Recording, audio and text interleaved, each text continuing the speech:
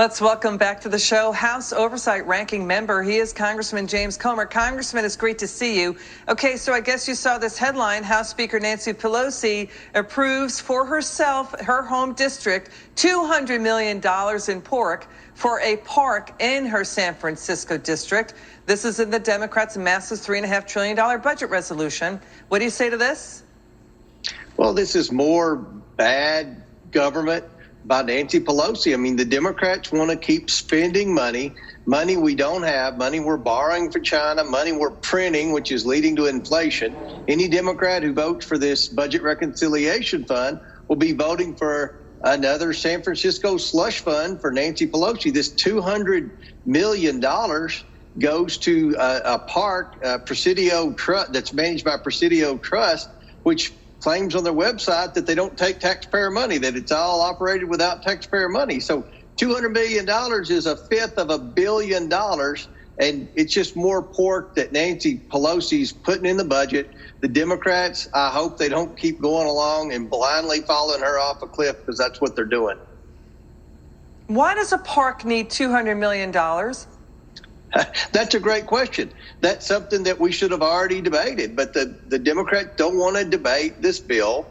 We've had markups in the Oversight Committee. We're going to have a markup in the Education Committee next week. Each committee has a little bit of jurisdiction on this budget reconciliation bill, but they won't let any Republicans file amendments. You know, we'll have amendments filed to strip the $200 million, and the Democrats will rule it out of order, or they will either just vote against the Republican amendments. We had several amendments to save millions and billions of dollars, but the Democrats, they just want to keep spending money. Okay, let's talk just person to person here. What happens to somebody when they walk into power in Congress? I mean, so the Democrats are focusing just on massive pork spending. They're not focusing on rescuing Americans in Afghanistan. They're not talking about, drought and wildfires and how, I know they're talking about climate change. We're talking about people on the ground who have to deal with their policy choices day to day. What happens to people when they walk into the halls of power and do not talk about the 13 troops who are dead, the Americans who are still stranded behind terror lines, the civs and the green card holders, our Afghan allies stranded behind terror lines, our NATO allies, their people stranded behind terror lines? Nancy Pelosi put out a statement, said this is a tragedy what happened with the 13 troops, not calling the House back in, won't talk about it anymore, only changing the headlines, only talking about spending. What happens to somebody when they walk into the halls of power and she was big on talking about leading by example.